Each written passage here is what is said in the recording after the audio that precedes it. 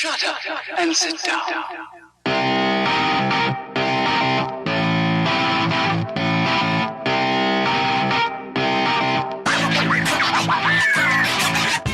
What is going on, Dads? And welcome to episode 4 of the Dads After Dark Show, recorded on February 16th, 2020.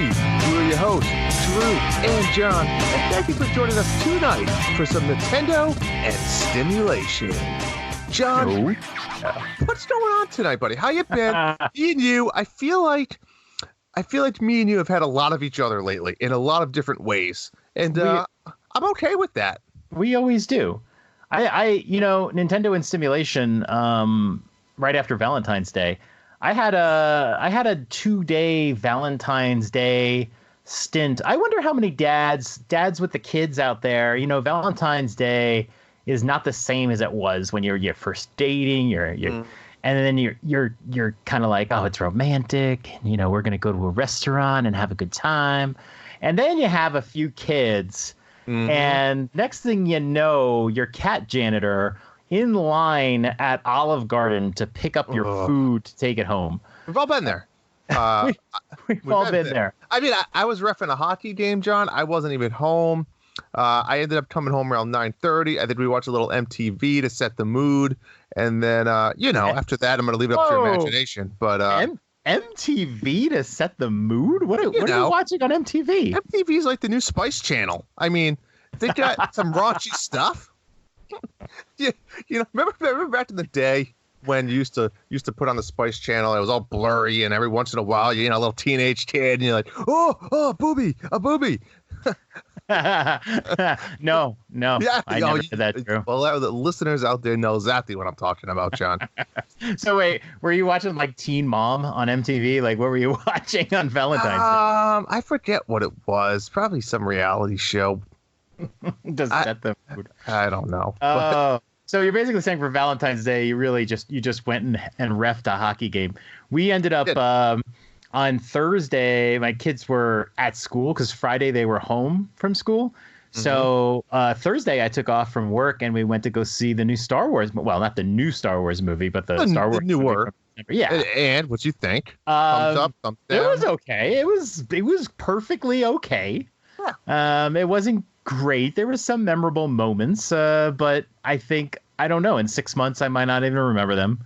I wasn't as fulfilled as I was at Valentine's Day night. Let's just say that. Yeah. I mean, sure. Adam Driver is not going to do it for you the way, your wife might, but I like him too. He's a good guy. I like him. Good actor. He enunciate really well. He's like the way they change his voice for Kylo Ren is so perfect because he enunciates all his. Oh, John, I don't do that well. I am Kylo Ren. Yes, that was good. And then Friday night for actual Valentine's Day, we ended up at a Qdoba with the kids. It was just a what? We ended up at a Qdoba. I don't even know what that is. It's like a Chipotle. Okay, maybe burritos. Sure. Do you guys have burritos? We have Chipotle. Yeah, we might even have what the hell you're talking about. I don't. You know what it is? The wife doesn't do burritos, so it's that's like a novelty for me. I only do it every once in a while when I'm by myself, and oh yeah, let's go get some. But Oh, okay. So your wife doesn't like burritos. No, she'll do tacos. I don't know what the hell's the difference, but she won't right. do burritos. Well, so Chipotle came out of Colorado. So did Qdoba. We're the burrito capital, and it was like, but they had this like deal. We didn't even know until we got there. It was really busy when we got there, and we were like thinking, oh, look at all these other couples that have kids and they're spending Valentine's Day at a fast food restaurant. But they had like if you kiss your spouse or I think they said that you can kiss anything. So you can kiss your phone if you wanted to. You get a like buy one get one entree. Yeah, you know what, John? I think I have a bone to pick with you because I believe I asked you, what if me and you happened to go to dinner that night? What would you have done? That's right. And what was your answer, John? I said we'd be paying for 2 burritos. And I wasn't happy with that answer. I mean, sometimes you got to suck up your manhood for $9 and just do a little peck. I'd have kissed my daughter. But yeah. Well, John, enough about the stimulation. Let's talk some video games, right? What have me and you been up to actively the last few nights? We have been playing the Wargroove Double Trouble DLC. What do you think of it? I'll tell you what, Double Trouble was an excellent name. Double Trouble. That guy deserves a raise. It's fun. It's fun. There was Whoa, slow down. Like, let everyone know what it is. So for those that don't know Wardrobe, right? Turn-based, real-time, not really real-time, but strategy type game. And they came up with this new free DLC, which I would have probably paid $20 for this DLC. Maybe 15. I don't know. Anyways, what it is it offers a co-op mode, story mode, essentially, a full-blown story mode where the game usually takes place as you're one commander and you're commanding your army to defeat the other AI's army. This version is you have two separate commanders and they have two separate armies and you're fighting. You can play it single player and you control both armies, or you can play co-op with somebody online. And so John and I have been doing this. I think the first level was really an introduction level, and I think the way it broke down, John, is I feel like your army had, let's say, 10 guys, and mine had like 3. So I was a little like, how is this going to go?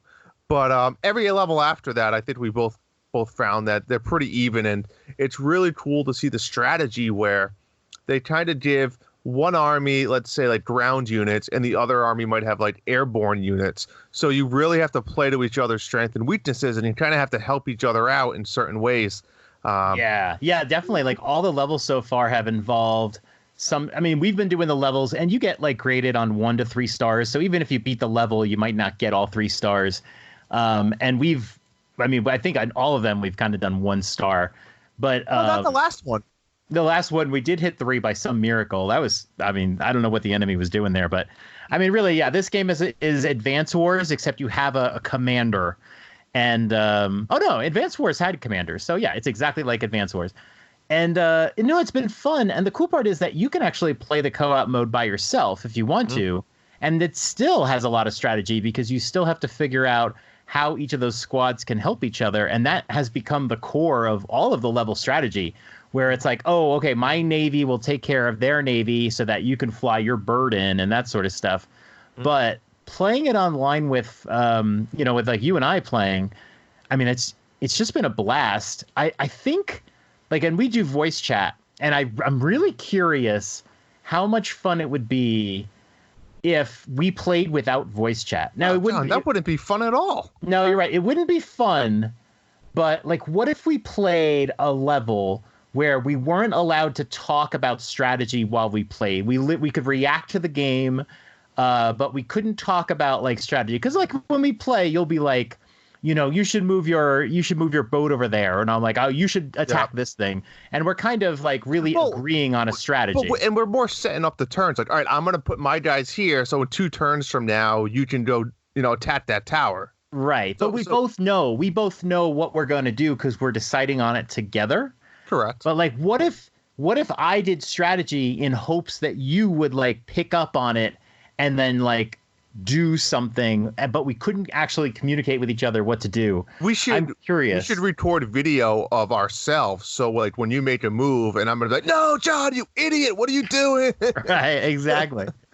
Right, because you can like what usually happens is my army will take my turn first, then your army will take its turn, then the enemy will take its turn. Correct. So when I make a move, I have to think like a move ahead because I can say, oh, I'm putting my dude in a really bad situation, but I'm depending on Drew to get me out of it before the next enemy turn. Correct. Yeah. So you'd be doing that, then I wouldn't come to your rescue. Exactly. And then you get pissed at me. Oh yeah, but it's been so much fun. And then what you and I've been doing is like you start a campaign online, you make a code, you share it, and then you can play online. That's what we do. But that campaign that you play online is its own campaign. So instead of us, because like, this is going to take us months to finish. We play every like 3 or 4 days. It's going to take so long to finish, but then like each of us has our own single player version of that campaign. It's still co-op, but you play both armies. And then so that we can maybe try to 3-star everything. And what's been cool is that even when we 1-star, like by the time we finish, we go, all right, you know what? I know what we could have done better because you've seen the whole level play out. and then we've been able to 3-star, and we help each other too with like what's the best strategy we should be doing. It's been fun. I've really enjoyed it. We're due for another game actually. My only downfalls is like you said, the campaigns don't roll over, and then I mean it's not that it's a downfall, but the levels take like 2 hours to beat. They have been forever. And maybe it's because we put too much strategy into it, but I think that's part of the fun, you know? Yeah. I think we're too afraid to like take hits, take losses, and sometimes you just have to be aggressive. Like if you have like 6 guys and he has 1 or 2 guys, like we're just so afraid to like go all in when it's like, look, the most they can do is hit 1 guy. And so like just go. I'm not sure we really understand the criteria for 3 stars, right? Is it can you beat it as fast as you can? Can you beat it while losing minimal troops? Is it by killing as many guys? So I think we're nervous. Is like we don't want to lose any guys, but we want to make sure we kind of go fast as well. Gotta go fast. You gotta go fast. All aspects of life. Right. No, it's definitely number of turns as part of it, but I think each level has like a secret amount of criteria. But yeah, you definitely want to do it. Told you. That's the only, I wish it was trying to, but I don't know. Maybe not. Yeah. No, but it's been a lot of fun. It's going to take us forever to do, but it's fine. You know what? It's not a game that we're sitting there and just like devoting ourselves to. You don't need to. Yeah. Really we just come to it. We play every few days or so, and we play. And I mean, at some point we're going to start playing like 1.5 hour levels where we lose. And we'll have a whole night where we accomplish nothing except learn a little bit. Yeah, but it's okay. I mean, it might take us till summer, but it's definitely fun. Definitely recommended it. Do we even know how many levels there are in the new campaign? I never like to know. I just like to play blindly and see. I don't want to know what bosses are there. I don't even know how many commanders total that we're going to be playing with. Sure. I just want to play, and that's it. So, have you been playing anything else? Are you still working on The Witcher, or? No, not. I've been busy. As I said, it's a busy time of the year for me. So I've been trying to just enjoy my War Groove. It's a great game to pick up and put down for anyone that's never played it. And no, that's really it. What about you? Yeah. So I finished off my Blue Lions run on Fire Emblem last week. Nice. And I was really relieved because I had done Tokyo Mirage Sessions. I finished that, and then I finished my Blue Lions run. Which, by the way, I don't know if I've mentioned, I had actually started the Blue Lions run months ago. And then just decided, you know what? I mean, you're playing a lot of similar missions that you did on my Black Eagles run the first time I played back in August. And I kind of stopped. I was like, you know what? I'm not going to play through this again, But then I picked it up again, and I'm so glad I did. The Blue Lions run was so much more fun than the Black Eagles. And I love the Black Eagles run, don't get me wrong. But the Blue Lions run was so good. Dimitri is such an interesting character. Really enjoyed it. I finished that up. I can't remember what day I finished that up. It was like midweek, and I was like, okay, I need a break. Oh, yeah, it was Wednesday, and the DLC was coming out Wednesday night. And I was like, yeah, I'm going to take a break. I'll get to the DLC in a few weeks maybe. And then like the tweet went out that the DLC was available, and I was like, oh, I got to get it. So I got it and was playing it right away. And I think I'm close to wrapping up the DLC. It's not as long as the main campaigns are. And so far I'm liking it. I don't know if it's worth, if you haven't gotten the expansion pass for Fire Emblem, and somebody asked me this on the Discord today, so I'm answering.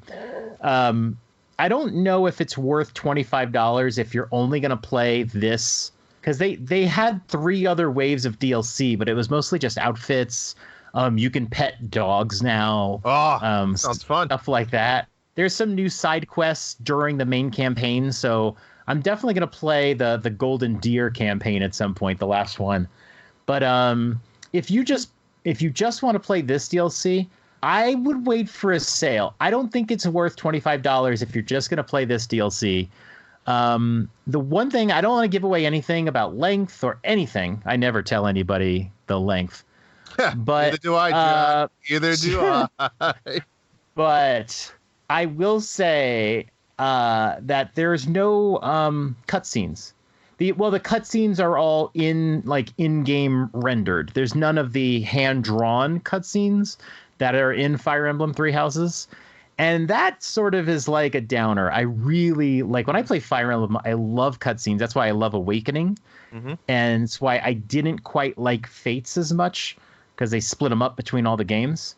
But yeah, no cutscenes is kind of like, I really would have loved to seen some of these characters rendered.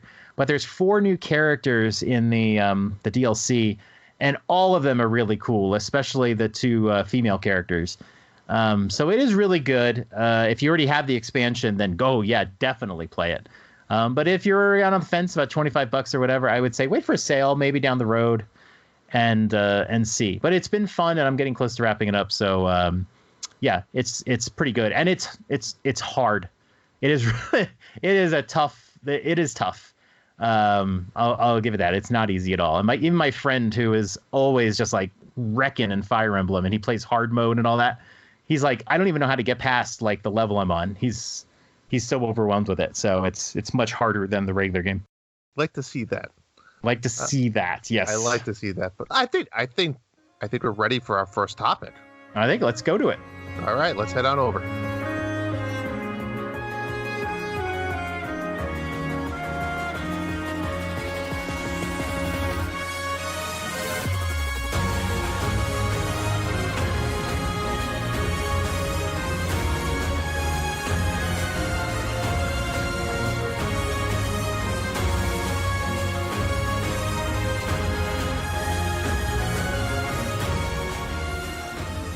All right, Drew, let's get to our first topic here. And look, like, all dads love happy endings. Am I right? We all do. But what about bad endings, and specifically bad endings in otherwise good video games? Oh, I thought you were referring to blue balls, but video games as well. No, subtle Okay. though. Okay. So here's my question to you to kick this off, Drew. Sure. You've obviously you've had to have experienced games that just had a bad ending, leave a sour taste in your mouth. What makes an ending bad for you? You know, there's a few ways to look at this. I mean, one, do I really give a shit? You know, Story-wise, you mean? Let's be honest. If the story's bad enough in the beginning, then I'm probably not going to make it to the end. Dependent. If I invest, a lot of hours into a game to be disappointed with the end, I think it's twofold, right? Was the boss this epic battle, and then the storyline kind of fell flat?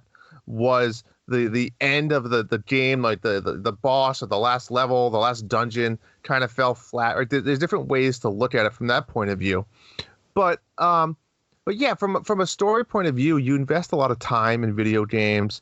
It's like a movie, right? I mean, look at it from a movie point of view. You invest 2 hours of your time to watch a movie, and you want a good movie, right? If you spend all that time with a terrible movie, it's the same concept. But as far as what makes a video game bad ending, I think it really depends on what you want, or as a video gamer in general.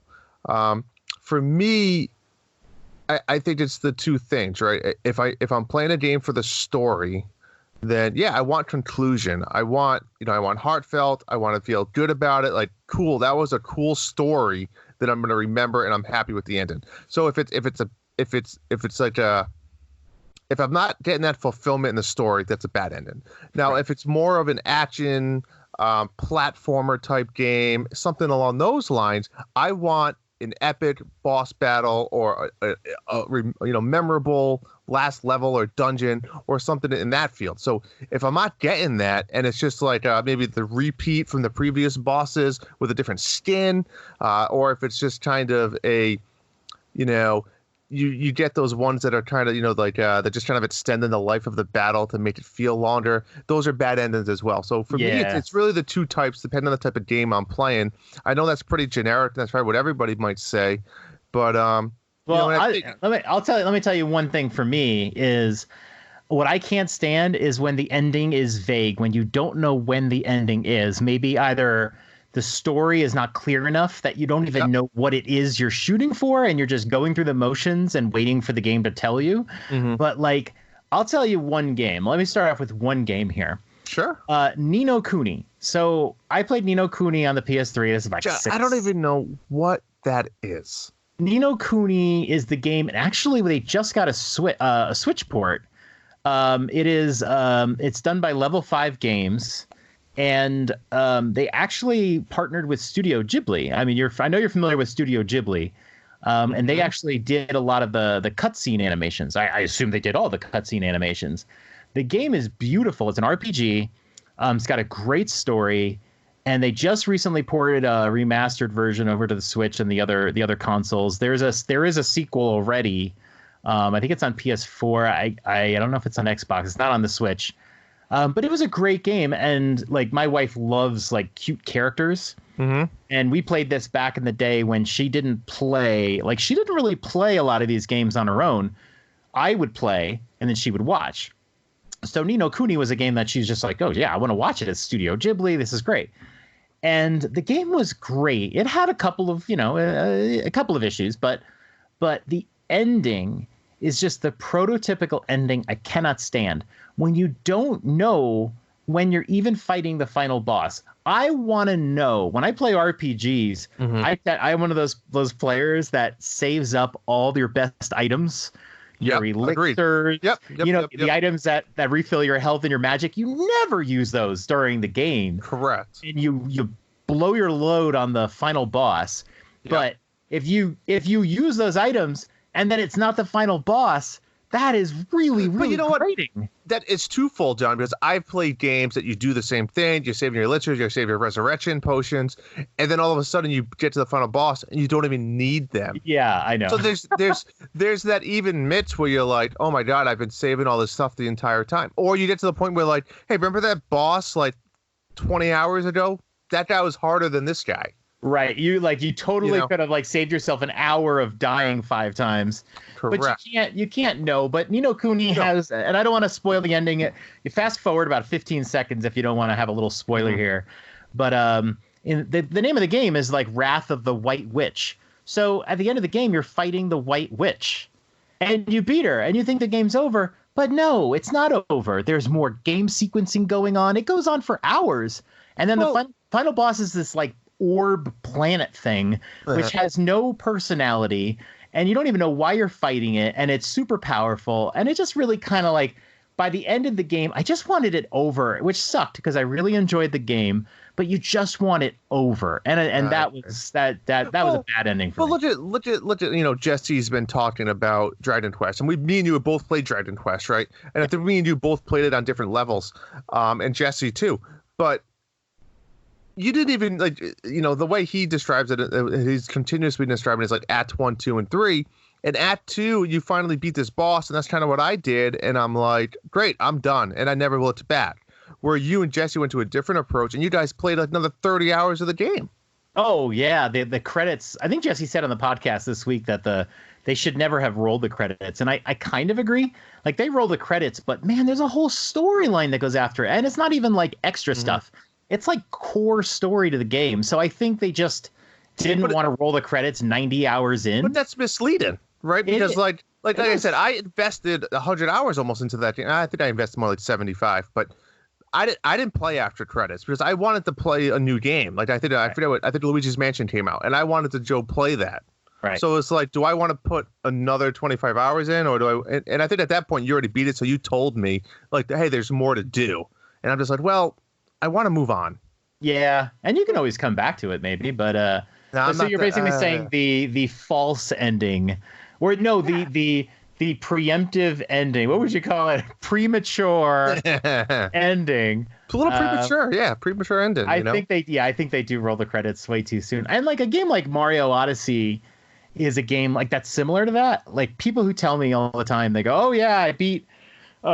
One of our friends' kids said they beat Mario Odyssey, and it's like, yeah, that's when the game starts. You know what I mean? That's not the end of the game. That's tricky though, because that's more of like you unlocking levels as you collect moons, right? So you have to. Yes. You can't say you have to collect all the moons on this planet before you can move to the next. Oh, absolutely. Because some of them are like crazy. No, and I totally get it. I think they probably rolled the credits too soon as well. They should have just made you find more moons, because I think people who finish that game think that they've accomplished something, and you really haven't. I mean, it's like only like 10 to 15 hours to get to the credits. But I think as an average gamer, right? I Yeah. think when you see credit rolls, I'd love to see the percentage of people that do go back and play. And I'm sure it depends on the game, but I mean, Odyssey, you brought up a good example is, how many people do go back? Maybe that's a bad example. I think a lot of people probably do go back. I think a lot of people do continue playing. I think there's some people that just stop because they think they've accomplished something. And then I think that there's people that do go back, but then eventually they just stop after a few hours. And then there's the people that are like, I want to find every goddamn moon in this level. Oh yeah, I want to beat the dark side. I want to do all of that. No, and I can say easily for Odyssey, like, you should try to make it a goal to get every moon because it will extend you. It will make you squeeze out every amount of platforming skill that you have. Agree. And Odyssey is a great example where I forget what world it is. It might be like the second or third land or whatever they call them. And it's the one that you start in kind of the woods, and you actually, with the waterfalls and stuff, and you actually turn around and you jump off the cliff and you end up in like the dark, deep forest with the T-Rex and stuff. Yes. Yeah. Like, I never even knew that existed. Until you wouldn't have found it. Yeah, until the post game, right? Yeah, because you didn't need to go down there to beat the game, I don't believe. I think it was all extra, and there was like 10 moons down there. Yeah, and they only tell you have to get like a handful of moons. I think they have a couple of like required moons, and then they just say you just got to find 6 more, and you can find them anywhere. And some of these moons are out in the open too. So yeah, yep. I mean, it's definitely a game where you need to keep going. So yeah, so the premature ending. Like the premature credit roll, I think is a down thing. I'm going to give you another one. And one of our listeners actually brought this up as well. Hollow Knight. Obviously a very popular game, but let me just read this from Nintendo first. Because we asked this on our Twitter, like, what games had bad endings?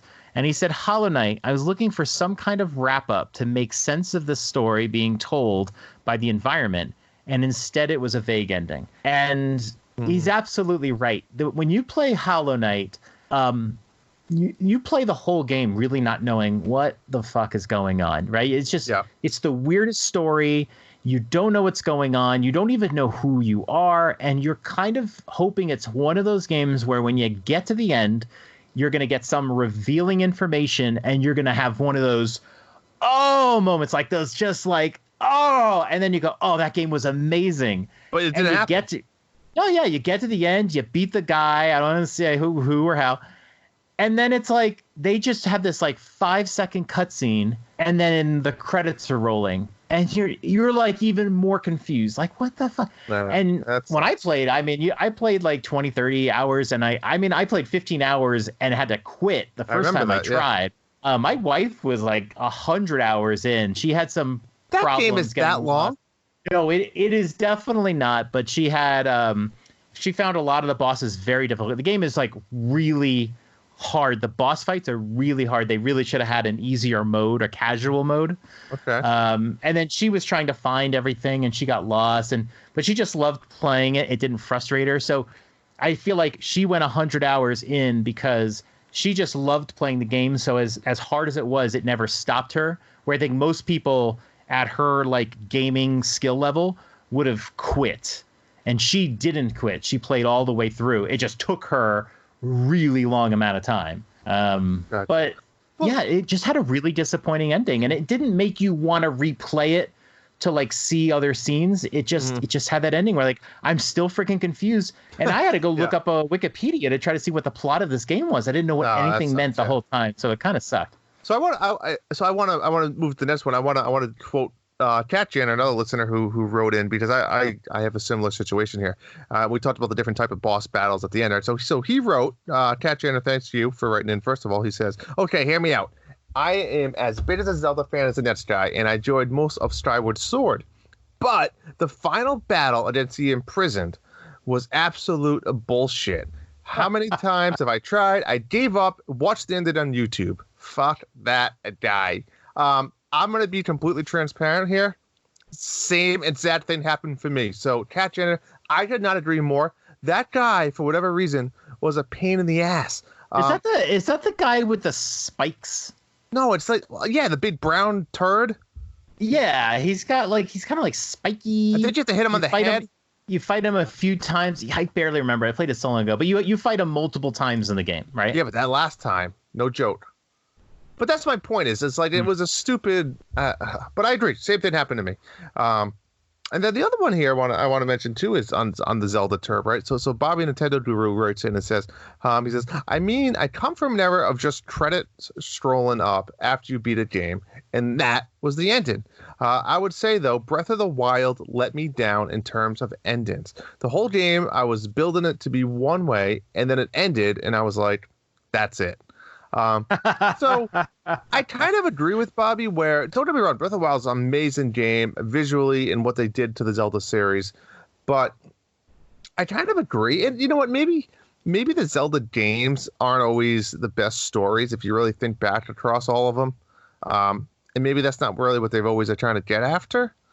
But I kind of agree. It's like, you almost knew the ending before it happened. I mean, because it's so predictable. In Breath of the Wild or in general?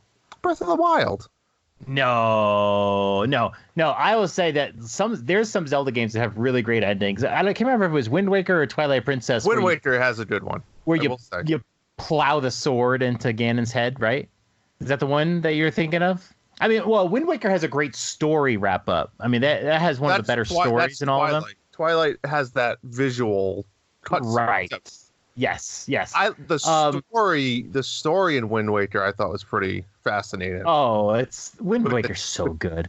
It really is. Yeah. I mean, except for the island hopping, I mean, that game is almost perfect, but I don't want to get. Anyways.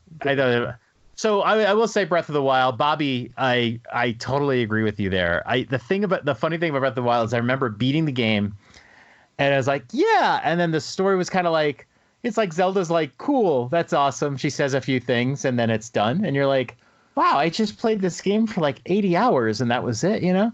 Yeah, but then I read online that if you did all of the memories, like the when you go to the spot and if you do all the memories, you get the better ending. And I was like, okay, cool. Well, I went back and did all those, yeah. Yeah, I went back, did all the memories, and then I did the ending, and I literally could not tell the difference between the ending because it was just like, wait, that was a better ending? Like maybe Zelda says an extra sentence or two? It was like so bizarre. And the thing that really bugged me about Breath of the Wild's ending is that I'm used to Ganon being like a character that's like ha ha ha and talking. And I guess maybe that's like the Ganondorf version. But like this Ganon had no personality. It's just a gigantic spider. I mean, it was a tough battle. I found him really, really tough. But like there was no personality to it. It didn't feel personal in any way. And I've heard rumors that they think that this was more like a Spirit of Ganon. And then in the sequel, you're going to actually fight. Like you saw the character that turns its head in the trailer. Yep. So I really hope so, because I think what makes games great is that personal connection. And Breath of the Wild's ending just did not have that personal connection. It was lacking severely. Agreed. I mean, the story was kind of lacking. Let's be honest. The story was a little broken because it was an open world game that you could play in any order, so it had to break up a little bit. It did. But I still liked playing. It wasn't like about the story. No, but you know it what? was about learning pieces of the story in different. Yeah. I think the individual stories of each place you went to, the four different places, I thought those were good stories. Yeah. But they really didn't have a huge impact on the overall story. Right. In my eyes. Right. You know, like when you saw the Zoras, they had their own story. When you saw what the hell are the bird people names? I don't remember. Yeah, I know what you mean. So the Gorons and all the individual stories were fine. They were great. Right.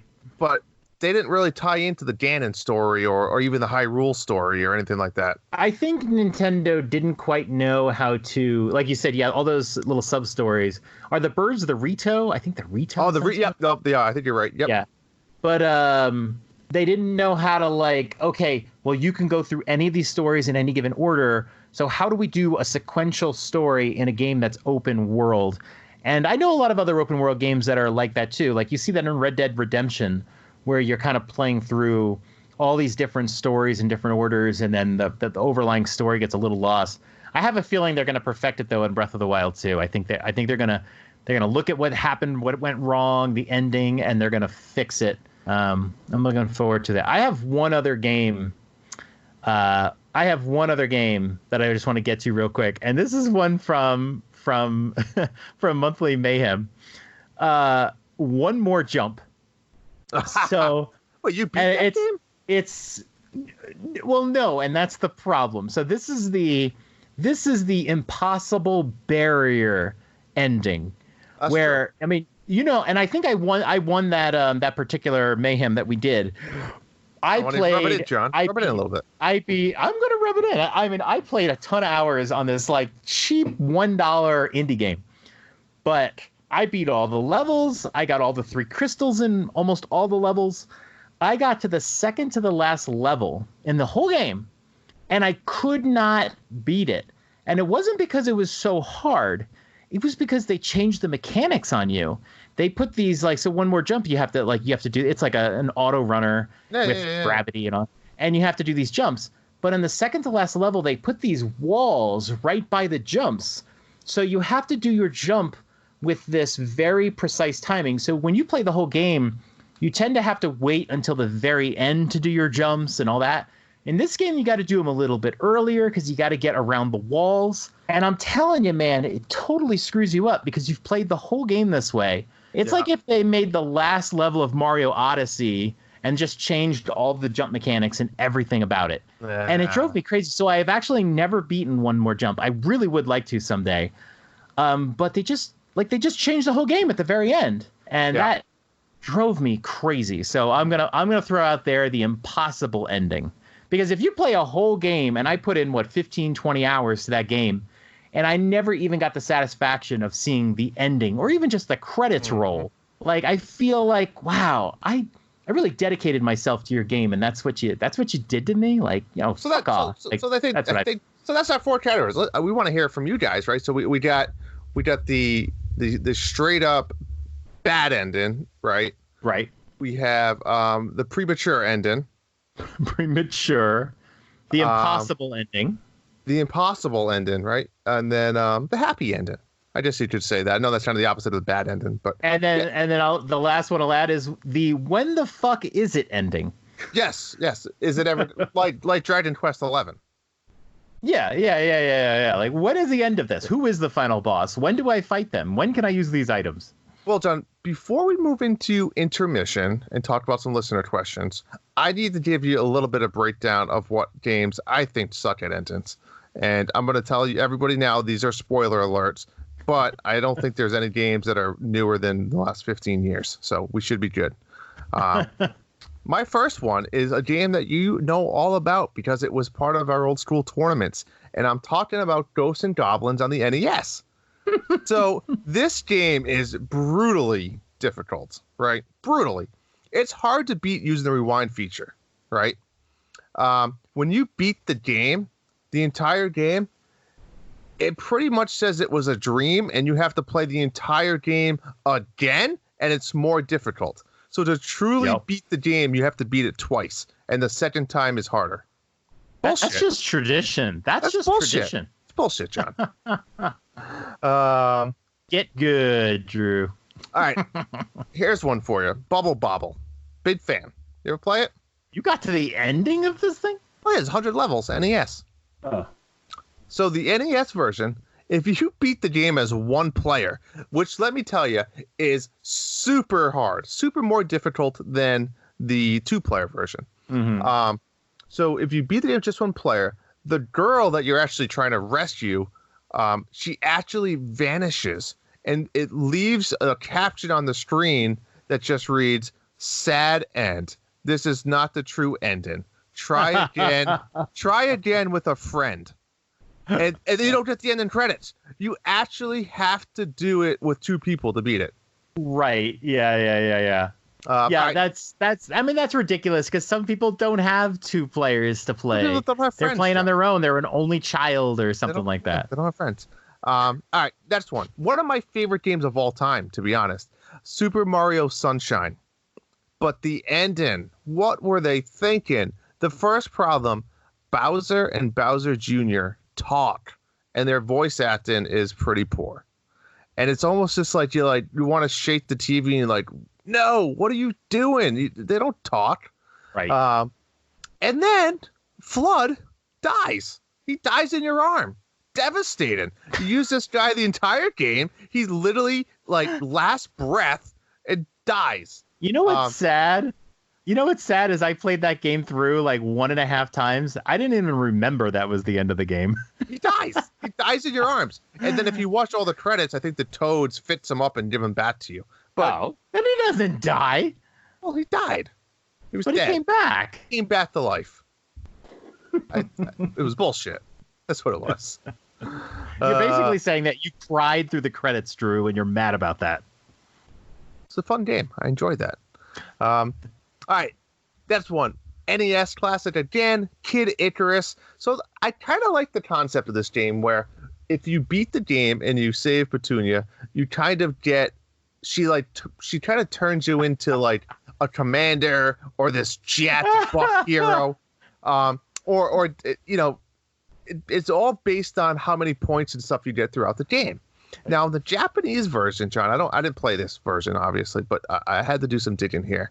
If you don't have enough points, she legit turns you into a speck-nosed monster. And she pretty much is like, F you didn't have enough points, I'm turning you into a monster. So you literally beat the entire game and you turn into a monster. But that's how those games work. First of all, it's Palutena, not Petunia. But it's the same thing. Those games needed some. I will say, if we ever did a list of games that people think are hard but that are actually really easy, Kid Icarus is up there. It's not that hard a game. No, people always say how hard it is. It's not that hard at all. You can play through it in like an hour. Oh yeah, a lot of those games you can if you know what you're doing. But I think that's why you might have some bad endings to like say, okay, here, now play through the game, get a better score and all that, because the game really isn't that long. Whereas if it was like 20 hours, yeah, I totally get that. But I'll give it a pass on that one. It does motivate you. And I don't even think that's as annoying as like the Ghosts and Goblins one where they're like, oh, you have to play it twice, which is such an arbitrary thing. I'll give Kid Icarus a pass. That's a really fun game. I really like that game. Here's the next one. I don't know if you ever played it. Not many people have. Mario's Time Machine for the Super NES. We played it. Is that the one? Is that the one when you walk on the city streets? Yeah, it kind of reminds me of like Link 2. Like it kind of looks like it's kind of weird, right? So you have to kind of questions, yeah. Yeah, you put the artifacts in the right places, and they ask you like quick trivia questions about like geography in the world, right? So when you beat the game, or if you put the artifacts in the last level has a timestamp, right? So if you run out of time, or if you actually, we talked about that last week, John. We can't do 2 weeks in a row on that. if they run out of time, or if you put the artifact to the wrong spot, Bowser escapes using the time machine, and it either goes to a tropical island or he goes to the Jurassic period. Now, if you put all the artifacts in the correct space, Bowser actually goes to the Jurassic period and then gets stomped on by a T-Rex, which is actually pretty cool. But if you don't do it in time, that blows. Bowser escapes. I think that was more of a cool ending, maybe not necessarily a bad one that I wanted to talk about because I think I confused that game with Mario is Missing, so I can't really. It's very similar. Comment on it. Yeah, that game sucked though. All right, 2 more left. Lion King, Super Nintendo. You recently beat this game. I did, and the ending blows because in the last level, when you throw Scar into the fire pits, Simba kind of sits there and he just roars at the fire for like 30 seconds and nothing happens, and then they go to a cutscene of Simba on Pride Rock just standing there by himself, and the quote comes on. Well, somebody reads it that says, "Everything the light touches is our kingdom." You don't see like all the animals being happy, or Timon and Pumbaa, or Nala. No, it's just him with some weird voice actor quoting a line from the movie. It's kind of bullshit. It really is. Right, you want like a celebration, you know? I want a celebration. That game's hard. Right. So that's weird. Disappointing. Yeah. I don't think I ever played through that game. Last one. One of the best games of all time. Paper Mario Thousand Year Door. Right? Mm-hmm. So you go through the 1,000 Year Door, you go through the level, you get to the witch serpent person at the end. Before you fight them, they ask you one question, John. They ask you, will you be my servant? Do you know what happens if you say yes? It just ends. That's it. Game over.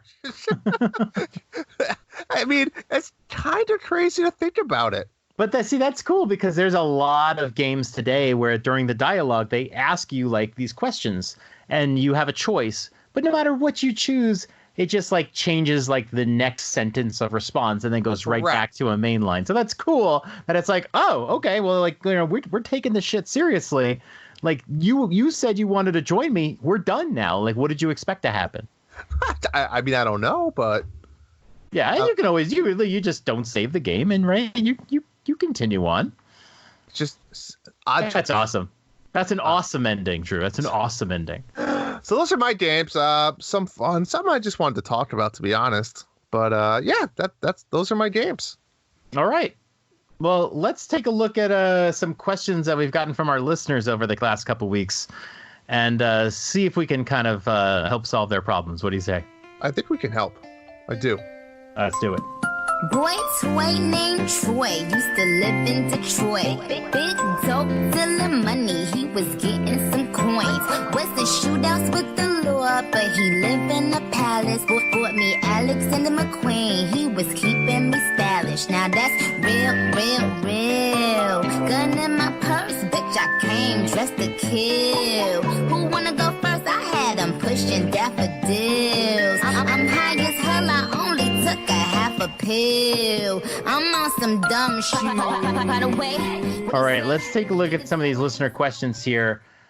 First one is going to come in on Twitter from RitzD2. And he asks, with Nintendo saying they're not releasing a Switch Pro this year, I was thinking of the possibility of an upgraded dock that acts as a graphics amplifier, like the one that is available for Alienware laptops. Do you guys think this could be a possibility? What do you think, Drew? No, unfortunately, I don't. And I know Nintendo. Do you remember the exact words? I think they were saying they were not releasing another model of the Switch this year, right? Something along those lines. Is that the wording? There's definitely some word parsing that could happen there. They're not going to fully commit, but yeah. That's my point, right? Could they come up with another console that's just titled differently? I'm not saying get away from the Switch, right? I mean, I think the Switch and the game carts that the Switch reads are here for several years to come. But I don't see them releasing anything that's going to upgrade the software. Unfortunately, I don't see that happening. Yeah. Yeah. Go on. No, I just think that people are getting tied up with people in the community, right? Get tied up of the wants rather than what's happening, right? So we talked about this a while back about games in general and what people want. And I think that when you just talked about it so much, kind of like the Animal Crossing Lite, everybody's talked about it so much, I think you just expect it. And then when it doesn't show up, you're like, oh, what the hell? I thought we were going to get this new thing. So I think that's kind of where we fall into the trap now with this Switch Pro, where everyone wants it or everybody's speculated it. And I just don't think Nintendo really has plans for that right now. Yeah. Let's be honest. When Nintendo is Nintendo, right? I mean, we've never seen this. So if you're following the last 30 years of Nintendo, what has ever happened to prove to the fans that they're going to do something like this? There's zero indication that this will happen. So no, I mean, I would say by past history, I don't see it happening. Yeah, I agree. I really wanted to see a Switch Pro last year. I think one of the best metaphors it'd be like for the Wii. The Wii was a huge success, sold over 100 million units, was great fun.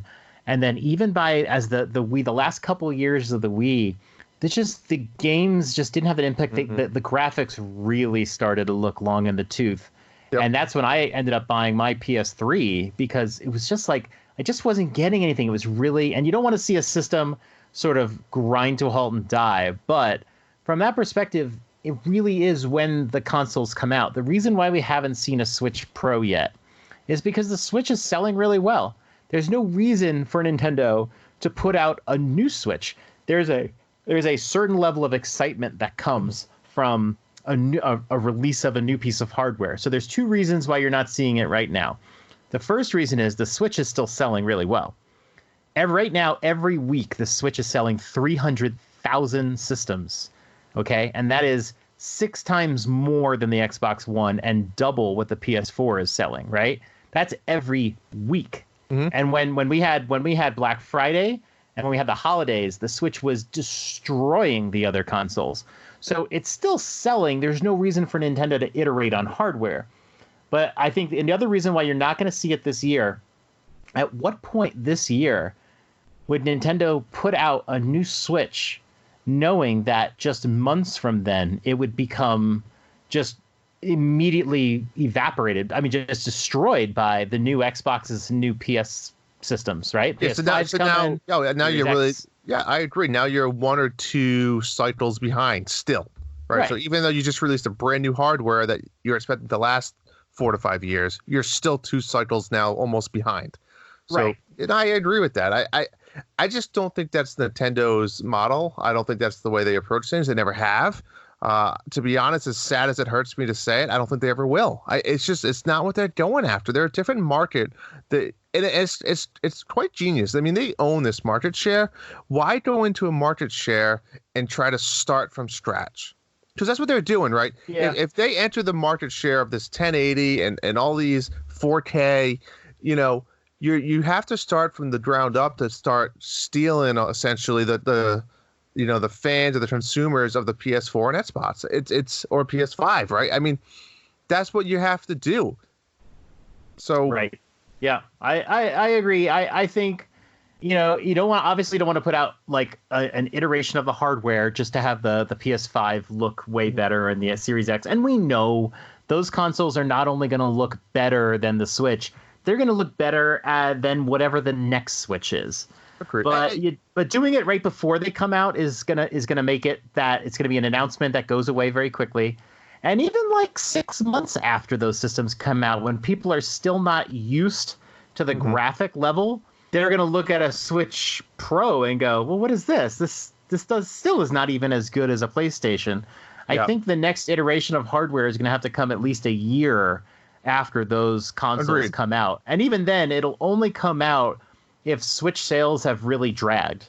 But one thing we do know is that whatever the next console is for Nintendo, it will support Switch games. It will absolutely 100%. support backwards compatibility of Switch games. But here's the other thing to keep in mind, right? Nintendo is in the last 3 years are on the verge of rebuilding their, what's the word I'm looking for? They're really rebuilding that connection with third party, right? So think about the Wii U and even really the Wii. If they were to come out with this Switch Pro, what's saying that all these other high quality game companies are going to now all of a sudden come make games for it? They're not. Nintendo is still rebuilding that connection, right? I mean, the Switch is doing a really good job at doing that, but they're not there yet. I mean, we talked about EA nonstop every day as Nintendo fans. They need to gain those companies back, or else it's pointless to have the Switch Pro. Mm-hmm. And I think that the Switch is the perfect avenue for that, but they're not there yet. They're still not to that point where, it's like one of those things. If you build it, it will come. No, it won't. Like where in the Bible is it saying that for the Switch Pro or Nintendo video game system? That's not. So you're going to tread lightly in those situations, Yeah. I mean, I think they're going to go just independently of what Sony and Microsoft do. I think Microsoft's strategy is going to radically change. I don't see Nintendo reacting to it. I see Microsoft differing. I think Sony's going to be left as like the only like standard kind of console. Mm-hmm. And even then they're going to make their move more towards cloud gaming as well in this iteration. But yeah, I definitely see the next Switch coming probably significantly after the other consoles come out. Absolutely. All right, let's move on to our next question here, which again we can thank Cat Janitor for some lovely dad talk here, a little after dark talk. So he asked, which Nintendo characters are wearing boxers, briefs, or free ball in it, as we call it, or commando? So I have a list of characters that I wanted to throw out there to be a little fun. Do you have any, John, that you want to go through first? I just want to say first, Cat Janitor asking the questions that matter. Good job, man. Keeps us going at night. That's right. Appreciate it. I want to hear this list from you, right. Drew. Wait. I got a few. Okay. Let's start off with Little Matt. I think he's a brief guy. He's got to hold that junk together when he's over there in the ring bouncing around. Well, of course. I mean, that's what boxers wear is boxers. They're literally called boxers, named after the boxers. John, I'm starting easy. Okay. I got to build up to where I'm getting to. All right. Tom Nook. 100% whitey-tighty guy. Gotta be. Think so? I mean, just look at him. So, yeah, he's gotta be whitey-tighty. I'm not sure if he wears underwear at all. I think like sometimes when you go into the store late at night, in the first game when you keep knocking on the door and he'll let you in, he's got like a robe on or something like that. I don't think he's wearing anything underneath. So I got to say Tom Nook's a free baller. But all right. Well, you know what? Agree to disagree on that, Drew. Next one's an obvious one. DK obviously free balls it. I just picture him. Yeah, it's a jungle. They don't around. They don't have underwear in the jungle. Absolutely not. Here's a tricky one for you. Tingle. Ooh. I mean, he's got to be wearing. I mean that he's wearing like spandex. Let me tell you the answer. Okay. You ever see Shrek when there's a scene with Pinocchio and he's like, tell a lie. Say you're wearing ladies' underwear. And then he says, I'm wearing ladies' underwear. And his nose starts growing. Yeah. That's Tingle. I think he's a Thon type of guy. All right. I can see that because he's got to wear it with his outfit. You don't want to free ball in spandex. No. I mean maybe unless you're showing something off, but that's you gotta hide the lines. All right. That's what the Thon does for you. When you're in like in school and like you're kind of in class and you're kind of getting a little boner and you're like you have a teacher that like will call people up to the front of the class and you're just sitting there like I got to get rid of this thing in case they call me up to the board. You tuck it into the belt. Yeah, but spandex is like if you wear spandex, you have to be confident that that's not going to happen, or you have to be confident that even if it does happen, you're proud. So I mean that's where I'm going with Tingle. So I think Tingle seems kind of carefree, but on the other hand, I think he considers what arousal might do to his character, and he could end up in jail for kind of the way he dresses. So I'm gonna go. Yeah, I agree with you. All right, Waluigi. Free baller, 100%. You think so? I would have said. Yeah. I would say briefs, but yeah, I guess I could see it. All right, wait. Here's a question for you.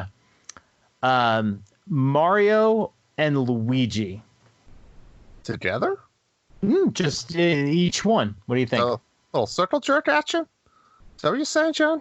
No, I just what do you think they're wearing? Do you think they wear the same thing? What do you think?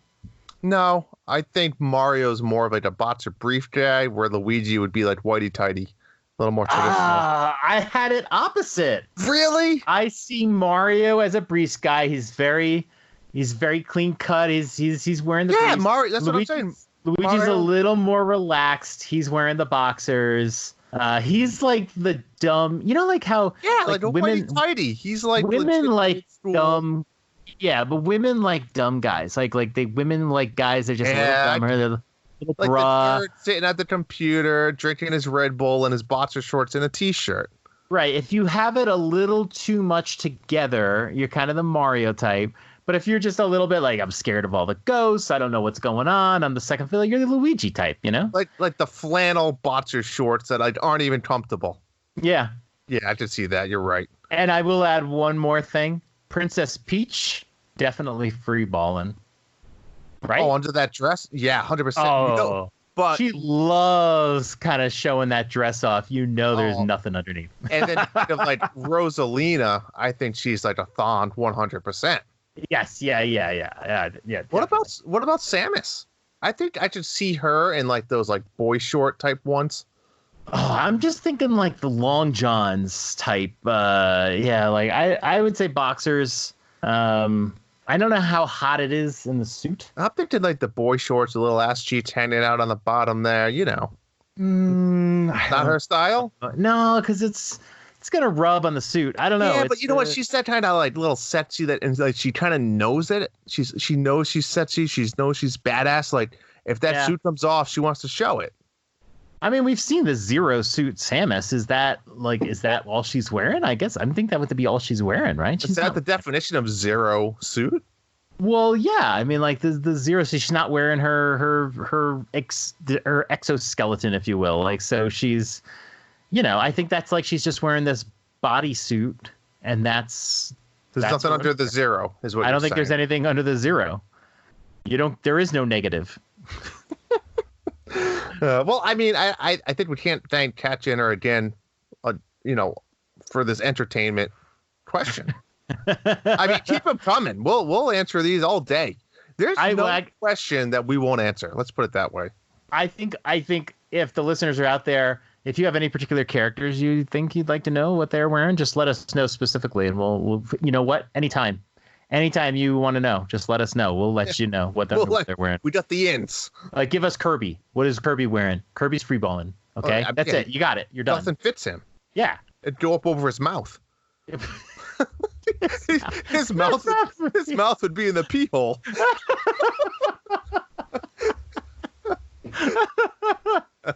Oh boy! Oh no! Imagine baggy boxer shorts on him. It just wouldn't work. Wait, like when Zelda becomes Sheik, do you think she changes her underwear? Like, like if she was wearing like a thong underwear, I don't know if you think that she would. She'd be a little lingerie-ish. Yeah, she'd have to switch. Right, but do you think she goes into character for Sheik, and she's like, oh, I'm Sheik, I'm going to wear boxers because I'm a guy, Or does she just still wear the thong, and that'd be like one way to have revealed her? Oh, boy. I don't know. I think we should move on. What do you think, Drew? I think we should move on to this last section. What do we got next, Drew? Let's hear it. Let's move on to this last but awesome section.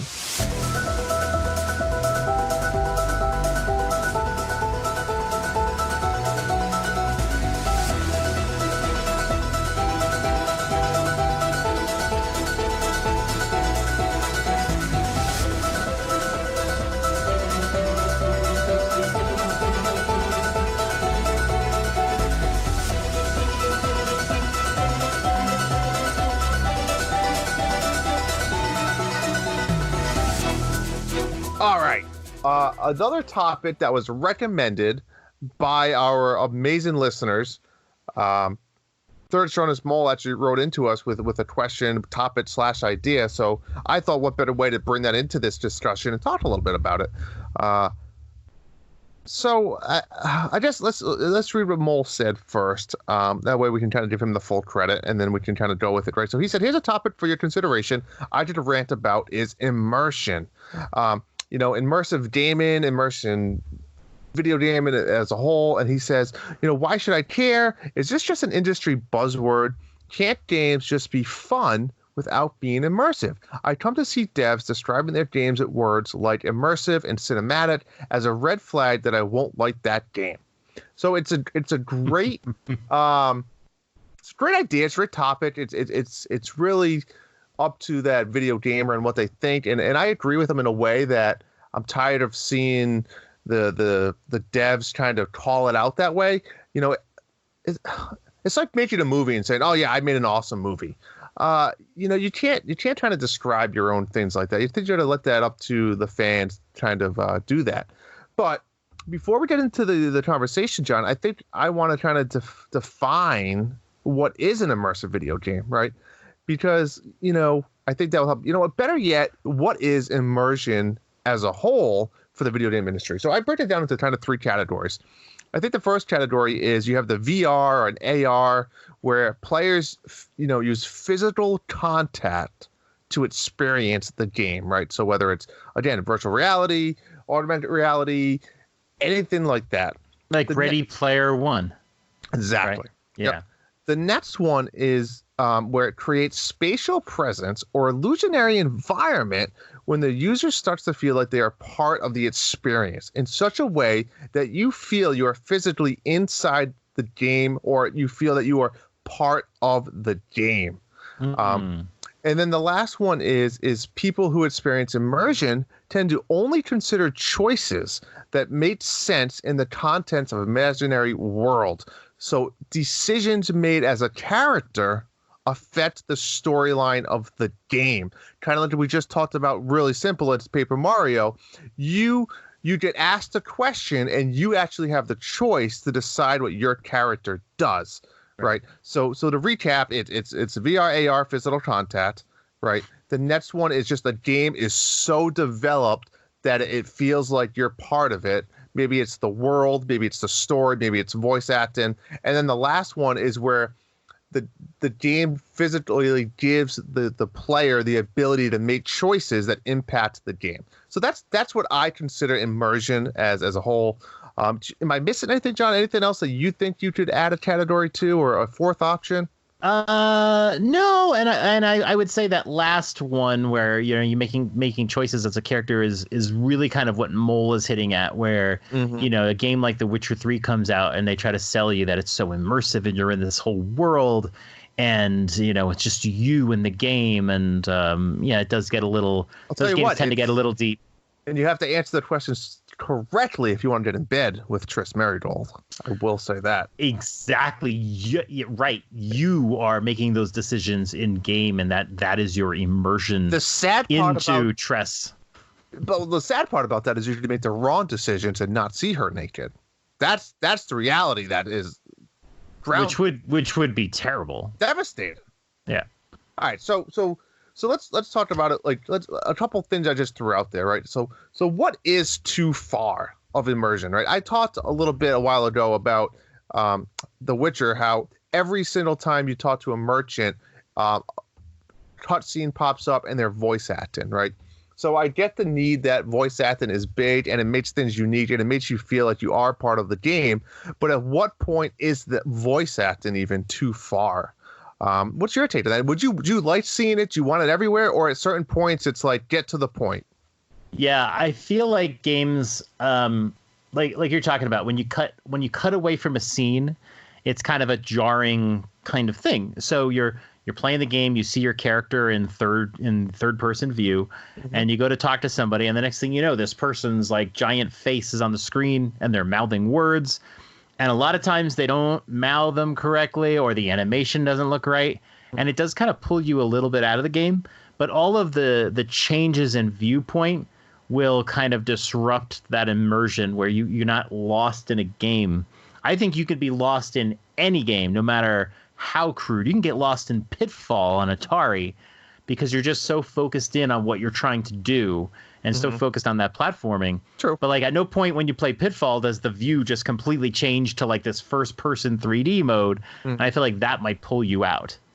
Correct. And I think the other side of that too is, you're thinking of, and you mentioned it actually earlier with one of your games when you said you wish you saw some cutscenes. Yeah. Right. So I played a lot of games where it gets to the point where I think Xenoblade was one of them actually, where I legit would put the controller down for 15 minutes and I would just watch.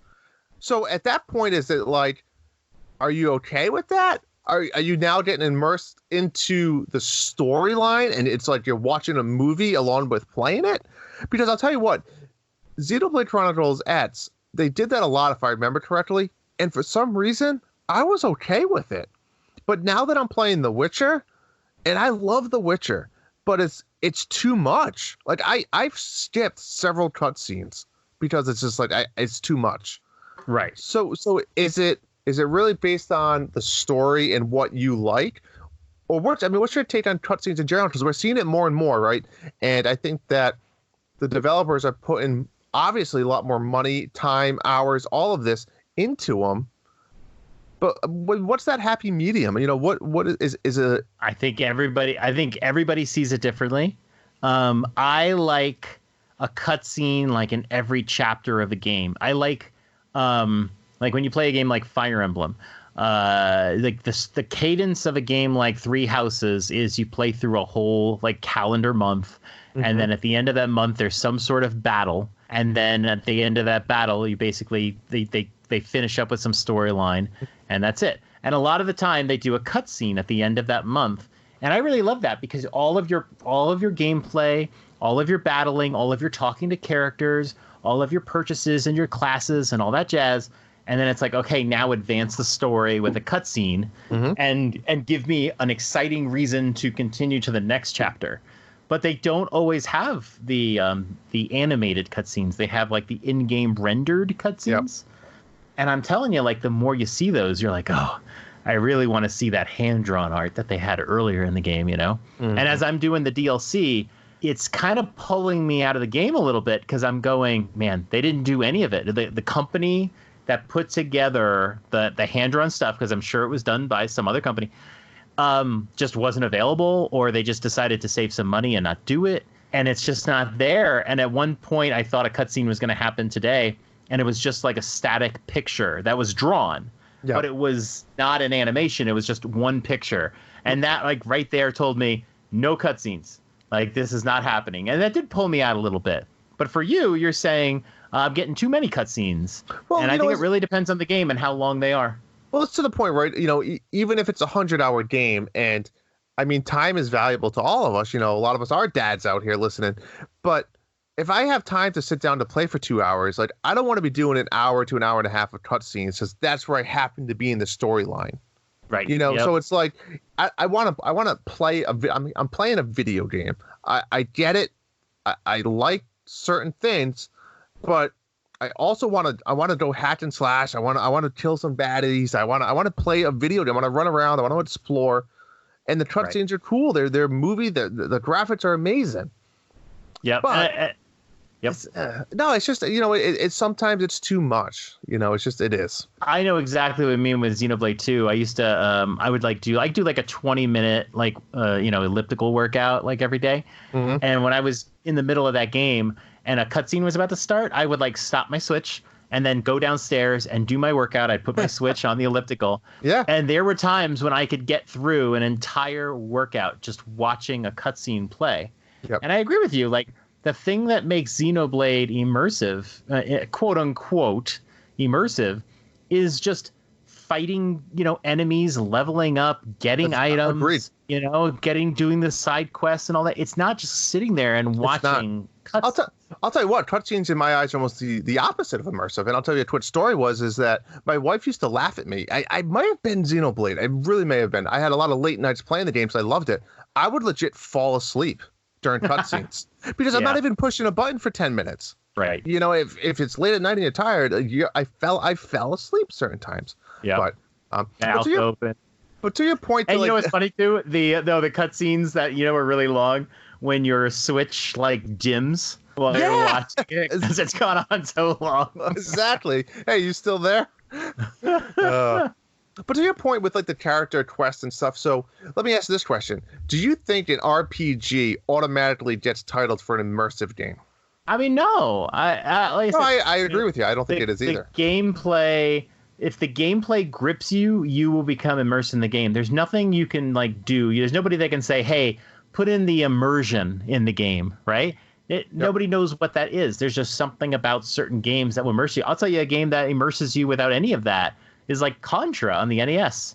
You know, you get so locked into that game, you forget what's going on around you because you're so focused on the little pellets that are coming at you, and the music is really getting you going and all that, and you just get lost in a game like Contra. You know, you should almost look at it like the same way like that, though, John, where, you know, when I play a game and it's getting to the point where it makes you think and it makes you like, oh yeah, I want to go back to that. Like where could that last gem be that I'm trying to find? Things like that. Like now the next day when I'm driving to work, if I'm thinking about like where could it be, and then like during the day I something snaps, like I can't wait to get home and go search that place because I think that's where, like that's immersive. If I'm thinking about strategies outside of playing the game, to me that's immersive. It's affecting my everyday life that like I want to find that out, you know? Yeah, Breath of the Wild was great at that. Like every time I sat down and turned it on, I was like lost in that world, and there was always something you can do.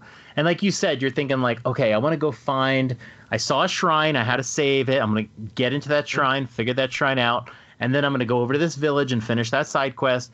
And you just get this flow going, and that's immersion. I'll give you an example of a game that doesn't have immersion, was Tokyo Mirage Sessions. And I really had fun with Tokyo Mirage Sessions, but like that game was constantly interrupting you, telling you need to go talk to Tiki, and then you go talk to Tiki, and she starts blabbing on about how she can't wait for you to level up. And then even to level up, you have to go through the menu system and find all the things you level up. I don't know why they made you do that. It's like, just level up all my guys right now. Yeah. They give you this big animation, and you always cut the animation short. That's another thing I guess I'd point out, is if you constantly have to cut short the cutscenes and animations. Yep. One thing I do in Fire Emblem is Fire Emblem is fully voice acted. I don't like to cut the voice dialogue short, like mid-sentence. So I'll wait till they hit like the end of a sentence or they pause, and then I press the button, so I don't get that jarringness of them being interrupted. But like I said, when I was playing Tokyo Mirage Session, I was constantly cutting it off because it was just so chatty and long. That will pull you out. Yeah, absolutely. I agree. All right, so before we wrap up the immersion topic, little game for you, John. I team up with a bunch of video games, and I want you to kind of we'll go rapid fire. If you want to stop and talk about one, we can, though. It's simple. I'm going to ask you a game. I'm going to name a game title, and you're going to say yes or no if it's immersive. Oh, God, I hope I've played these. All right. Simple. I tried to make them all that you have. So, first one, since we just talked about it, let's go off Breath of the Wild. I mean, Breath of the Wild is one of the most immersive games I've played in years. I always wanted to play it. I never cared how long the game was. At no point did I go, God, when is this game over? Like, okay, I'm ready to move on to the next game. I never did that with Breath of the Wild. I did not care. If it kept going, it kept going. I think that's as immersive as you can get. Good one there. Fire Emblem, Three Houses. Oh, Fire Emblem Three Houses is a game I'll get addicted to because of the way they do the styling. The only thing that really breaks up the immersion is that you have to play through these calendar months. And so you have like, you can basically decide what you do for like 4 weekends of the calendar month. And they let you decide what you do. Do you want to battle? Do you want to go explore the monastery? Do you want to sleep? You know, that sort of thing. And when you start the game, you're like, I want to explore. And then you get to the middle of the game and you're exploring a lot less. And then by the end of the game, you're just like, sleep, battle. Like, you just want to get through it. And they give you way less to do in the exploration. But that was the only thing about that game was, like, when you do another run, like when I do my 3rd run of that game, exploring is going to be very arduous and annoying, as I just want to go through and see all the story segments. But man, like I can like play that game for hours and hours and hours without wanting to stop. It's near immersive, but it doesn't have what Breath of the Wild has. So is the answer no? I would say no. It's not immersive. Right. All right, good one. Let's go a little throwback here, because we talked about different versions of immersion. Duck Hunt. No, Duck Hunt is... The thing about Duck Hunt that's funny is you play level... That physical interaction of immersion. Well, yes, they're trying to immerse you because you have this physical light phaser, but it's not immersive because you play first level, you kill all the ducks, and you're like, yeah, and then you do the second and the third and the fourth, and then you get to like a level where you like miss a duck, and you're like, oh, well, that got harder. And the next thing you know, you're missing all the ducks. And then you don't really want to play anymore. So, like, Duck Hunt is a very overrated game. If you get immersed in it, you get immersed in it for about 3 minutes until you're no longer immersed. So let me ask you then on the upgraded version of this. Wii Sports. Yeah, Wii Sports. I mean, that's when you really are. I mean, that's going to do the physical immersion so much better than Duck Hunt, because not only is it more fun, but I mean, gosh, you are playing tennis and you can kind of get lost in it. Like, and how many times were you thinking about that? We talked about outside of, the next day, like, oh man, I want to go back and I want to try that again. I feel like I know what to do this time, like, right. Yeah. And when you're playing, you're like hitting the ball and you're not quite hitting it. Like maybe you're not hitting it cross court to where you want it.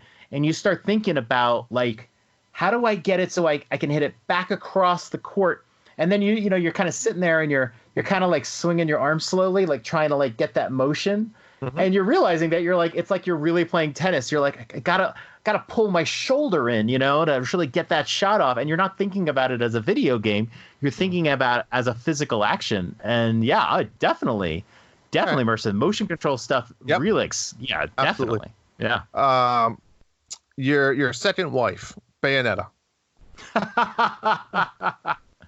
I love Bayonetta. Have I mentioned Bayonetta is Let me ask you this, John. Yeah. If she was a real person and she was into you, would you divorce your wife? Now listen, she might be listening to this. Answer smartly. No, I told you Bayonetta scares the hell out of me.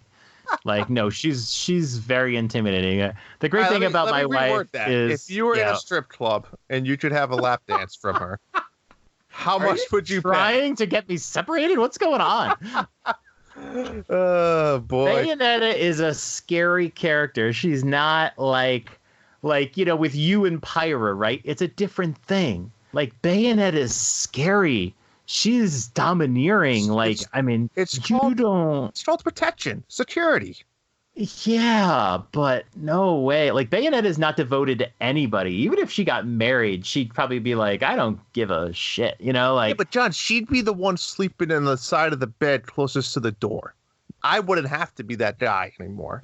Oh, totally. Oh, yeah. If you want like home security, I think Bayonetta's gonna be she's a big win right there. But I'm sorry. Yeah, so immersive or not immersive?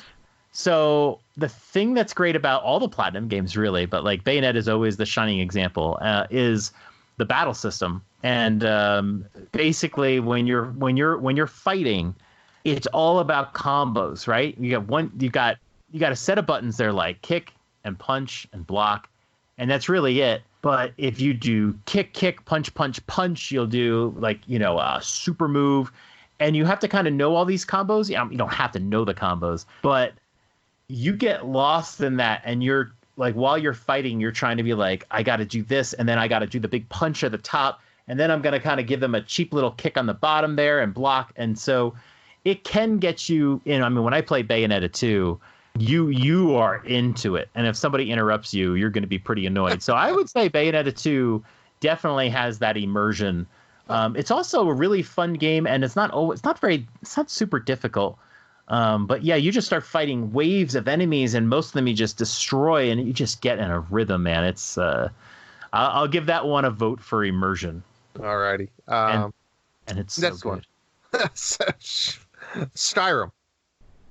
I never played Skyrim until after Breath of the Wild. Mm-hmm. So I think if I had played it years ago, I might have said definitely yes. But I had a lot of complaints about Skyrim after playing Breath of the Wild. Yeah, like you just being able to just navigate around is much harder. You don't have the little what do they call that thing? Little parachute thing, paraglider. You don't have the paraglider. You can't climb the sides of the mountains. I'd often not be able to figure out how do I get up this mountain, or I missed the path or something. And there's no alternate way to get up the hill. You have to find the path because it's the only way you're getting up there. That kind of breaks you out. The thing that really drives me crazy with Skyrim is when you go on a quest and you're finding items, most of the items are bowls and glasses. There's fucking bowls everywhere. And then you try to pick it up using the reticle, and it's probably easier with a mouse or a trackpad or something. Yep. And you just pick up endless spoons, these. The Witcher did the same thing too. And one thing that really pissed me off with The Witcher is I learned quickly is they have a lot of different alcohol, like whiskey and ale and all this stuff, and it will automatically load to one of your hotkeys for food because you have to heal yourself, right? So what happens is when if you use up all your food, that comes into the nets thing, it automatically fills it, and you might not realize it. I'll be in the battle, I'll be like, oh, jam my hotkey to eat up on 2 or 3 foods. But when you do that with alcohol, you get drunk, and then your screen's blurry. So it's I'll be fighting a boss, and all of a sudden I'm whoa, what's happening? My whole screen's blurry, and so I agree. That I hate when they just have useless stuff to pick up just to say that you can pick it up. Oh, I mean, how much time in Skyrim do you spend just like getting rid of bowls and all this random stuff? I just never Not even worth selling it either because it's like one gold. I just might as well just drop it all. Everything you pick up in Breath of the Wild is useful in a recipe or something. And like it'll add it up. So like you could have 1,000 of anything. It doesn't matter. There's no weight to having 1,000 of something. But if you just get the first thing, that takes up the slot, right? So, I mean, I would sit there every night and run all my amiibo through and pick up all the meats and all, like, everything. Yeah. So I had hundreds of everything. Agreed. But, Skyrim was definitely like, this is a pain. And then replaying Skyrim, the quests were, like, really boring, and they're all voice acted, and you're just like, oh, my God, yes, I know. I have to go over here and kill this person. You know, I'm not a huge fan of Skyrim. I really wish I could go deep into it. I've beaten it twice. I've beaten the main story twice, but I'm not someone who goes in and just like does random shit like while they play. I just can't do it. I hear. Speaking of open world games like that, how about Dragon Quest 11? Ooh, Dragon Quest 11. I played so much of. I guess I would say I got immersed. One of the things that kind of broke it at times was the voice acting. I thought the voice acting was really good. Don't get me wrong. And you had to play the game to really understand what I'm about to say. It just seemed like the way they programmed the voice acting, like you had to finish. It was almost like the little sound files that they made for the lines had to finish. And sometimes those voice files had like silence at the end of them. So somebody would say like, quick, we have to get out of here. And then there'd be this like pregnant pause. And then the next person would go, let's go. You know, and it just like, the voice acting didn't overlap really well. And that was like, because I'll be honest, it didn't, I don't think it immersed me. I mean, I enjoyed the game. I had fun with it. I beat it, but I don't think it immersed me. I definitely feel like I put in huge amounts. If immersive but here's my point, John. We said this before. Just because you put in 100 hours doesn't mean it has to be immersive. It doesn't. No, but would you say it's immersive if you just couldn't put it down? Like you played 2 hours, you went upstairs to watch some Netflix. 5 minutes in, you like reach down, grab your Switch, and you're kind of like playing Dragon Quest. You just can't stop thinking about it. That's is that immersion? If that's immersion, that definitely happened to me. It just got like that. I wouldn't say like I felt like it was in the game, but I just couldn't put it down. I was like, I really got to finish this quest, and then I want to do the next thing and next thing and next thing. Yeah, I hear you. All right, I've got a couple more left. All right. Diablo 3. No, definitely not. Diablo 3. It's fun. It's a great game to play when you just don't want to think that hard. You just want to run through some portals and just press the attack button a million times. But there's nothing about the story or the gameplay that just gets you really immersed into it. Agreed. All right, 3 more. Animal Crossing. Wait, we just had 2 more, and I answered 1. Now there's 3 more? A few more. Now it's 3. I am just not into Animal Crossing. It doesn't do it for me. I played it a ton on the GameCube, and then since then I'll play like a few hours, and then I'm just like, it's just not my kind of game. I'm so happy for everybody. My wife is super excited. She's going to play it for the next 4 years. Are you going to play it, though? I'm not going to play it, no. Wow. I'm just not, because I know that I'll play it for like 5 hours and then get bored. It's just not my kind of game. I'll probably do that. Play for 5 hours and end up quitting. But I'm going to try it. I'm going to give it a go. Yeah. Zombie U. Okay, so Zombie U. I actually had written down Zombie U as one of the games that I think probably I was the most immersed in ever. 100% agreed. 100. I played the game. I generally played it at night with the lights off. You had to. You have to play with the lights off. I have this little nook in my basement with a curtain. I would always like take down the curtain, and so the only light was the screen. And you have the gamepad, especially on the Wii U. And I mean, I would be petrified as I'm going through there, like no other game. You know what it is? It's funny because I was thinking I was going to put Resident Evil on here, maybe not a specific game, but the series, because I think that it does a similar way. But the first person, view for Zombie U adds so much more of that into it. Yeah. But 100% agree. I think Zombie U, we talked about it last episode, that it's a phenomenal I think game everybody needs to play that game. Do you remember early in that game, there was and it was like the hardest part of the whole game. There was like this moment where they said like your base was under attack. Like the zombies were coming at your base. Yep. And it was like very urgent. And he's like, get up, they're coming or whatever. And you're looking over at the front door of your base, like terrified something's going to burst in, you know? I remember that. Yeah. You like I'm looking at my up, front door of my house. Yeah. And all you have is the bat. Yep. Yeah, the bat sucks. That's all you have is the bat. You kind of go out there, you kind of peek it around, and then one comes, and then 2 or 3 are on you, and then you kind of back into your base, and they're coming through into your base. That game was freaking terrifying. You know what? You know what's so hard about that game is the decisions you make as a player, because you start making a long run, and you start building up all of this stuff, and it's like you have a lot of good items, and then it's like, which items do I want to go put in the chest? Because if you die, whatever stays in the chest stays in the chest, right? Right, yes. But at the same time, it's like, well, I kind of want the shotgun. So It's like, what do I do? Otherwise, you're going to die. And the other great thing about that game is the way you had a character and you had a name. And if you died, your character was gone forever. That's right. Next thing you know, you're continuing the game as some other person that gets recruited. And your character's gone. Yeah, it was a great game. I really think it was. If you play that game for like 2 or 3 hours and then your character dies, like you don't just continue with the next character. You have to put the game down and you really lament the character that was lost. You're like, wow, we had a good run, you know, and you feel really bad about it. Oh, that game is so good. All right, the last one, John. I already know the answer to. But just like Bayonetta, anytime you can talk about this game, I want to give you the opportunity to. We're going Celeste. So I mean, I think games like Celeste, I like to call them hyper platformers because they're technically platformers, but they're at such a difficult level. I think it's unfair to compare like a Mario game with a Celeste or a Super Meat Boy. It's a unique style of platforming, right? Right. And the not just the fact that the platforming is super hard, but that when you die, it immediately restarts. There's no like, oh, you lost a life and let's go back or to the beginning of this level. It's like, boom, dead, resurrection happens. And Super Meat Boy is a little bit faster than Celeste, but Celeste is also very fast. And if you're playing a really hard level, I have sat in a chair in one position, you know, my gamer position, hunched over it, you know. My wife calls that the serious face. Yes, exactly.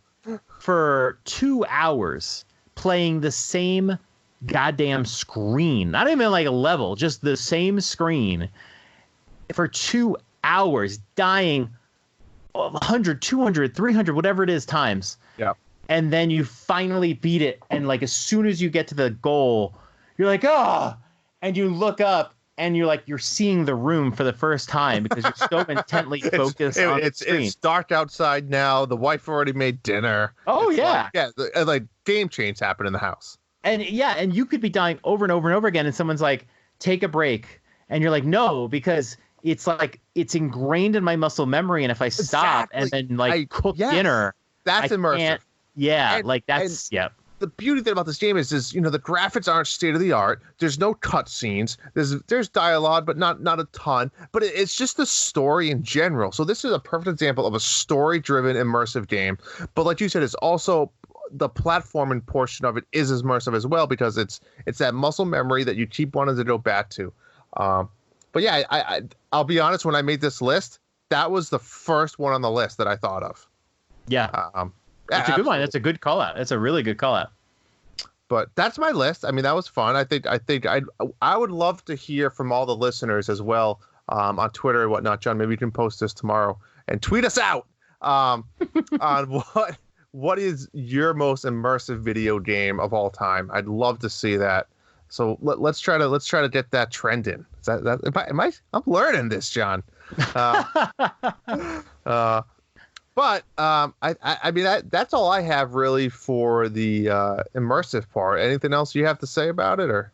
No, I think it's a great topic, and I think we didn't really get into the VR and AR stuff. No, I've never found I can't play VR because first person stuff often will make me sick, so I really don't do the VR stuff. But the AR stuff, I mean, I've literally done a conference talk where I did demos of AR. Like I actually wrote AR apps. That's cool. And I don't find them interesting in the slightest. People find it like, I think people will find the technology amazing. You see a lot of demos on LinkedIn, of all places. Mm-hmm. And the technology is like, look at this. You can see the directions in the camera view. But it's like, nobody wants to hold up their phone and look through the camera screen. No, and none of these games, they might look interesting when I show it to you, but you're not going to play it for more than 2 minutes. It's like, just give me a screen, give me a controller, and I'm going to be good. I just don't think the AR will ever hit for gaming. VR, yeah, eventually it will, but not AR. So I agree. Yeah. It has its applications, right? It has its applications, and I think AR is literally that, applications. Yep. Mapping and all that stuff, geocaching and stuff like that. I mean, we use it at work in a way, but you're right. It's used for certain things. But video game, and I agree, is not one of them. Not gaming. It's not precise. It's just not there. It'll never be there. It'll never be there. Agreed. But so before we wrap up the episode, one last thing I want to talk about is Monthly Mayhem is in the heat of it. Team Drunicorns versus Team Death Stairs, John. So John versus Drew, we are battling it out. We've had more than we've ever had, I believe, ever for contestants. I think we're up to what, 24, 26? Mm-hmm. So we got a huge shout out. We have a little under a month left, so it ends March 13th. We're playing Mario Kart 8 Deluxe and Super Nintendo Super Mario Kart. So it's we're having a blast. We're doing time trials, 6 courses. There's some epic scores already, some amazing scores already. I think over half of the contestants have already submitted time trials, so keep them coming. It's a lot of fun. And remember, if you want to get in on that fun action, you're going to have to head over to the Nintendo Dads podcast and join their Patreon page, which will get us into the Discord chat where we have our own Monthly Mayhem channel, which we trash talk each other, and it's a lot of fun. And yeah, I mean, if you're not doing it, I don't know why you're not. It's an opportunity to win. This is money. This is a great. If you haven't done it, you haven't joined. This is a great month to be doing it because Mario. I love chasing times in Mario Kart, and we've got 2 different Mario Kart games going on, 6 different levels. It's so much fun. This is a great time to get in, and you're on your team, and I love like Drew. You came up with this like team aspect. I think it was an awesome idea. And it's been a lot of fun, and I think we'll see more of this sort of concept in the future. But you got to join this one. Got to join. Absolutely. So let's wrap up the show. We want to thank the Nintendo Dads for letting us be part of the Nintendo Dads family of podcasts. They're doing amazing things over there. So you can find us by subscribing to the Dads After Dark Show podcast on pretty much all of your favorite podcast apps. If you are a Nintendo Dads patron, again, come hang out in the Dads After Dark channel and let us know what we should talk about on our next show.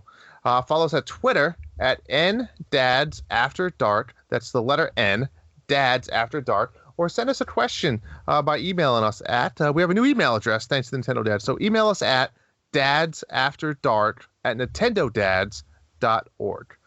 We're super excited. We want to thank everybody for the positive feedback so far. Continue to leave us reviews, emails, questions, all that fun stuff. We love hearing it for you. As you can see, we take your guys' questions and comments serious. We bring them right into the episode and make them actual topics when we can. So keep them coming. But before we say goodbye, John, what do we have happening over the next couple of weeks? Well, Drew, did you hear? There's a rumor that there's going to be a Nintendo Direct next week. Oh, stop the bullshit. Yeah, this rumor is the real one. I don't want to hear the bullshit rumor of an Animal Crossing Direct. That's we don't need that. We don't need Direct for video games. I don't know who thought this idea of let's have we want a Smash Brothers Direct. Bullshit. Nobody wants that. Just tell me when the game comes out. I'll play it for myself. Give me a trailer. That's it. I don't like them. Well, why is so many people upset? Why are we upset that there's no Animal Crossing? I don't want to know every detail about the video game. I don't. I want to play the game and find out. Yeah, if you want to put 5 minutes about Animal Crossing in a regular Nintendo Direct, I'm fine with that. Just make the Nintendo Direct longer. But yeah, I really want to see. I'm dying for a Nintendo Direct. Who knows when it'll happen? I don't know. But they keep saying there's rumors. So we'll see. Other than that, until Animal Crossing, and I guess Doom comes out that day, but not on the Switch. The only other thing coming out, I think, is the Pokemon Mystery Dungeon remaster in early March. So there's really not many games coming out. We have Devil May Cry 3 Special Edition coming out February 20th. But right around the time we record next, we're going to be at the 3-year anniversary of the Switch being released. Ooh. And I know my gaming group, we all celebrate. We're having a party at my house on March 1st to celebrate the birthday of the Switch. We've been called a cult based on the movies that we've done in the past. So we've got ideas to really kind of like get us up over the hump. So sounds fun. This is what we're leading to. 3 years. John, and I think we might be talking about it on the next show. I think we should. And I think I need to challenge you to come up with a fun indie game that I've never played because, like I said, I'm playing Wargroove. I think I'm moving on from Witcher and I need something else. So find something for me to play. That's going to be your challenge for this next 2 weeks. I got you, Drew. I got you. I know just the thing, Drew. Let me know and I'll get after it. Maybe I'll get after it between the next 2 weeks and report on it. All right. Okay. All right. Well, that's going to wrap up the episode. And thank everyone for joining us. And that is the Dads After Dark Show. Peace. Hi, Dad.